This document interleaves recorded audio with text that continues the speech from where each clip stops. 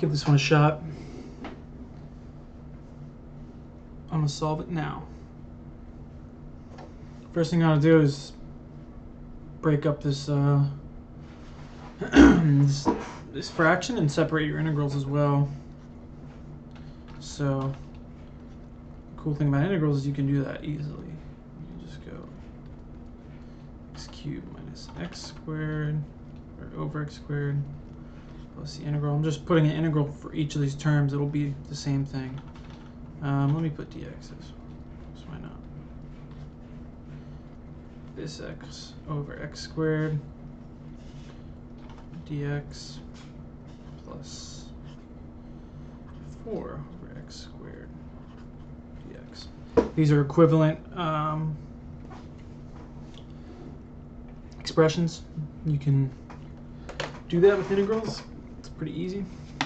Makes it a lot easier. So now before we do the integrations, we will divide out some of these x's. So this will leave us with 1x here, just an x value, dx. Plus, this will be a 1 over x value. And this one can't be changed. Actually, you know what we could do? Is we could bring out the 4. Not that you need to, but I like to do that when I'm integrating. Because it's a constant, it doesn't matter. Next thing you can do is just do the integral. So whenever you're doing an integral, you raise the power of your exponent and then you divide by that new power. So we will have an x to the power of 2, and then we'll divide that by 2. It's the exact opposite of a derivative. 1 over x is just a memorization one. You just memorize that this is ln of x. That may be in the book, I'm not sure. But that's a good one to memorize. You can put your 4 here.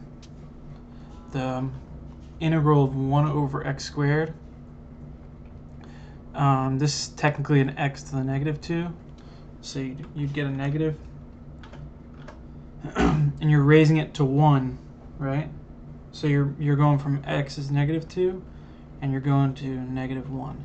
So you're gonna have negative 1 over x to the 1,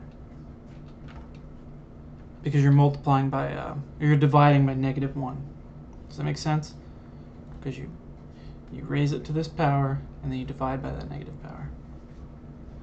So x squared over 2 plus ln of x minus, minus 4 over x. And then the one last thing you have to do is add a constant of integration, and that's because when you do a derivative, let's say like x squared plus 1, or when you do the derivative of this, right, do it like that, you would end up with 2x, and then this constant drops out. Your constant always becomes a 0, so this accounts for that.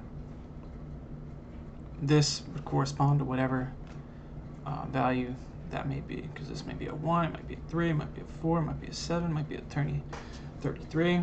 So that's your answer, though. This would be your answer right here.